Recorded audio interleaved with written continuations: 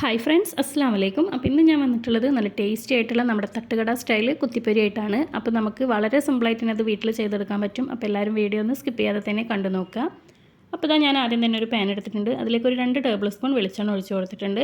ഇനി ഇതുപോലെ നമ്മൾ ചെറുതാക്കി കട്ട് ചെയ്തിട്ടുള്ള സവാള ചേർത്ത് കൊടുക്കുന്നുണ്ട്. സവാള ഒന്ന് പെട്ടെന്ന് വാടി വരാനായിട്ടുള്ള ഉപ്പും കൂടെ ചേർത്ത് നമുക്കിതൊന്ന് നന്നായിട്ട് തന്നെ ഒന്ന് വഴറ്റിയെടുക്കാം.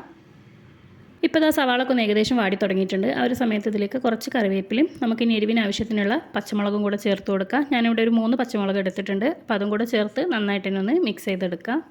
അപ്പോൾ സവാളൊക്കെ ഒന്ന് ഏകദേശം വാടി വന്നിട്ടുണ്ട്. ഇനി ഇതിലേക്കൊരു 1/2 ടീസ്പൂൺ ഗരം മസാലയും 1/4 ടീസ്പൂൺ മഞ്ഞൾപ്പൊടിയും കൂടെ ചേർത്ത് കൊടുത്ത് ആ ഒരു പൊടികളുടെ ഒരു പച്ചമണം മാറുന്ന വരെ നമുക്കിതൊന്ന് മിക്സ് ചെയ്തെടുക്കാം. ഇപ്പോൾ മസാല ഏകദേശമൊക്കെ ഒന്ന് റെഡിയായി വന്നിട്ടുണ്ട്. ഇനി ഞാൻ വേവിച്ചെടുത്തിട്ടുള്ള പട്ടാണി ചേർത്ത് കൊടുക്കുന്നുണ്ട്. നമ്മൾ തലേ ദിവസം കുതിർത്തിയെടുത്തിട്ട് ഉപ്പും മഞ്ഞളും കൂടി ഇട്ടിട്ടൊന്ന് വേവിച്ചെടുത്തിട്ടുള്ള പട്ടാണിയാണ്. അപ്പോൾ അതും കൂടെ ചേർത്ത് നന്നായിട്ട് തന്നെ ഒന്ന് മിക്സ് ചെയ്തെടുക്കുന്നുണ്ട്. ഇനിയിപ്പോൾ ഇതിലേക്ക് നമുക്ക് കോഴിമുട്ട ചേർത്ത് കൊടുക്കാം. ഞാനിവിടെ ഒരു 4 കോഴിമുട്ട എടുത്തിട്ടുണ്ട്. അതും കൂടെ ചേർത്ത് നന്നായിട്ട് തന്നെ ഒന്ന് മിക്സ് ചെയ്ത് കൊടുക്കാം. നമ്മൾ പട്ടാണി ചേർത്തതിൻ്റെ ശേഷം കോഴിമുട്ട ചേർക്കണമെന്നുണ്ടെങ്കിൽ നല്ലപോലെ തന്നെ ആ ഒരു പട്ടാണിയിൽ ആ ഒരു മുട്ടൊക്കെ നല്ലപോലെ കവറായിട്ട് വരും. നന്നായിട്ട് തന്നെ ഒന്ന് മിക്സ് ചെയ്തെടുക്കാം.